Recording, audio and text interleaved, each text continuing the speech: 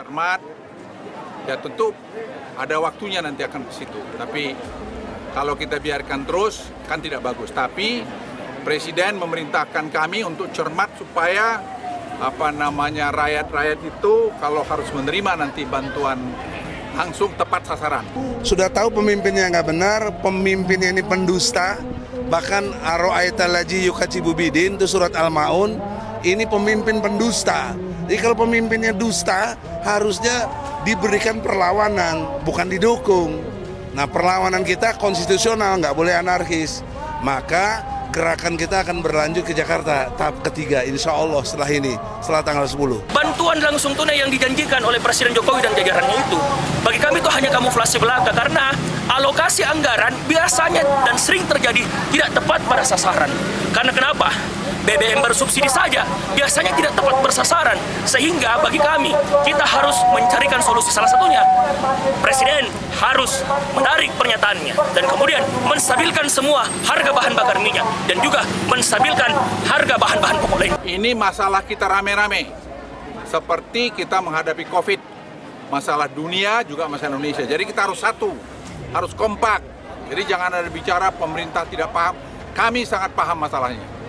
Saya ulangi, kami sangat paham masalah dan mengerti sampai detail apa yang kami harus lakukan. Jadi siapa berbuat apa, bagaimana nahan inflasi, bagaimana tadi mengerjakan inflasi di pangan dan seterusnya, kami sangat paham.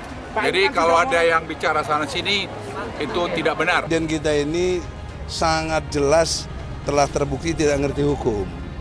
Buktinya apa? Kata subsidi. Kata subsidi itu tidak ada di dalam Undang-Undang Dasar 45. Yang ada adalah pasal 34 untuk menyatakan fakir miskin, anak terlantar dipelihara oleh negara. Nah, itu maknanya dipelihara itu sampai kepada segala kebutuhan hidupnya dong. Kan kalau dengan naik BBM jadi susah mereka. Ini negara demokrasi, sampaikan dengan cara-cara yang baik. Ya. Dan pasal 33 ayat 3 menyatakan bumi, air, dan segala kekayaan alam yang terkandung di dalamnya dikuasai oleh negara dan diperuntukkan untuk semakmur-makmurnya rakyat. Kamu lihatlah, emas saja dikuasai siapa? Amerika. Kelapa sawit, Malaysia. Apalagi air, Perancis, Danone, dan seterusnya. Yang dikuasai negara ini mana? Untuk rakyat itu mana? Di sinilah pengkhianatan terhadap Pancasila. Tidak usah khawatir, tidak akan ada kekurangan. Semua cukup disiapkan pemerintah. Jangan dengarkan rumor.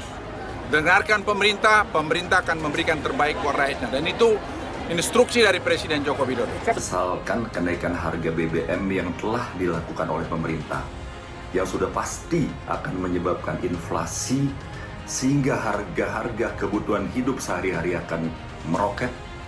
Juga harga biaya transportasi akan menjadi mahal tentunya. Bahwa pemimpin kita ini nggak ngerti hukum, pemerintah kita ini mengabaikan hukum, kalaupun ada yang ngerti, hukum diabaikan, hukum dicuekin, maka kita harus sebagai rakyat bangkit melawan kalau dia merasa tertindas. Yang tidak bangkit itu yang tidak tertindas. Yang tidak merasa tertindas tidak mungkin bangkit gitu. Ya. Harga BBM itu naik, ikutannya harga transportasi di beberapa kota dan daerah hari ini angkutan umum sudah naik harga satuannya untuk transportasi umum. Juga harga pangan di pasar-pasar, komoditi pangan sudah sangat naik harganya. Jadi saya berpendapat bahwa kenaikan ini semakin menambah beban masyarakat. Hitungan yang benar pengamat mengatakan kalau pakai istilah subsidi itu paling banyak tuh 11 triliun katanya. Kenapa Jokowi ngomong 502 triliun? Bagaimana 400-an lebih triliun itu kemana? Ini kan perampokan sistematis. Pakai atas nama negara merampok gitu loh. Dari rakyat. Nggak bener ini. Belum lagi dibandingkan dengan Malaysia. Cuma 7.000 Malaysia. Kok kita 19.000? Belum lagi dengan Vietnam. Belum lagi dengan Thailand. Kita ini keterlaluan gitu loh.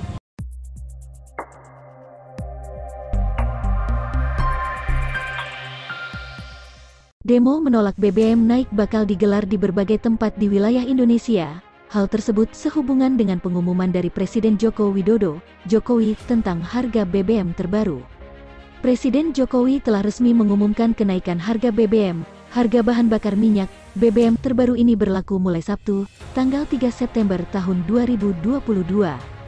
Harga beberapa jenis BBM yang selama ini mendapat subsidi akan mengalami penyesuaian, kata Jokowi.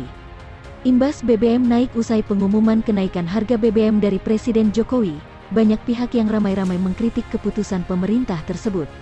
Partai Buruh dan organisasi Serikat Buruh menegaskan penolakannya terhadap kenaikan harga BBM. Menolak harga BBM naik, Serikat dan Partai Buruh bakal menggelar demo BBM naik di gedung DPR RI hari ini pada tanggal 6 September. Aksi demo besar-besaran BB naik itu akan digelar dengan puluhan ribu buruh. Di Jakarta, aksi akan dipusatkan di gedung DPR RI untuk meminta pimpinan DPR RI memanggil Menko Perekonomian, Menteri Keuangan, Menteri ESDM, dan para menteri yang terkait dengan kebijakan perekonomian. Presiden KSPI yang juga Presiden Partai Buruh Said Iqbal menyampaikan ada beberapa alasan mengapa pihaknya menolak kenaikan harga BBM dan akan gelar demo besar-besaran BBM naik pada hari ini tanggal 6 September tahun 2022. Pertama, kenaikan BBM itu akan menurunkan daya beli yang sekarang ini sudah turun 30% dan akan turun lagi menjadi 50%. Alasan kedua, buruh menolak harga BBM naik karena dilakukan di tengah turunnya harga minyak dunia. Terkesan, menurut Said Iqbal, pemerintah hanya mencari untung di tengah kesulitan rakyat. Partai Demokrat mendesak kenaikan harga BBM dibatalkan segera karena membuat rakyat menderita. Demokrat ingin pemerintah membatalkan harga BBM yang sudah naik. Kenaikan harga BBM ini adalah bentuk abai dan tidak pedulinya pemerintah terhadap derita dan kesusahan rakyat saat ini. Pemerintah lebih memilih menambah masalah rakyat dibanding memenuhi amanat untuk menyejahterakan rakyat, kata anggota Komisi 5 DPR RI fraksi Demokrat Irwan kepada wartawan. Selain itu, Presiden PKS Ahmad Syahiku juga menuliskan surat terbuka kepada Presiden Jokowi berisi penolakan harga BBM naik. Syahiku menilai kenaikan harga BBM dapat berdampak langsung pada masyarakat, khususnya yang miskin. Menurut pandangan PKS, kebijakan menaikkan harga BBM bersubsidi tidak tepat untuk diambil. Kebijakan tersebut menunjukkan pemerintah tidak berempati dengan kondisi masyarakat yang masih dalam kesulitan ekonomi pasca pandemi, tulis Ahmad Syahiku di surat terbukanya ke Jokowi yang diterima Detikcom. Seperti diketahui, Partai Buruh akan menggelar demo besar-besaran harga BBM naik. Aksi demo BBM naik tersebut akan dilangsungkan di gedung DPR RI. Selain itu, demo BBM naik itu juga akan digelar serentak di 33 provinsi lainnya yang diorganisasi oleh Partai Buruh dan KSPI. Wilayah lain yang akan berdemo antara lain Bandung, Semarang, Surabaya, Yogyakarta, Banda Aceh, Medan, Batam, Padang, Pekanbaru, Bengkulu, Lampung, Banjarmasin, Samarinda, dan Pontianak. Aksi juga akan dilakukan di Makassar, Gorontalo, Sulawesi Utara, serta dilakukan di Ambon, Ternate, Mataram, Kupang, Manokwari, dan Jayapura.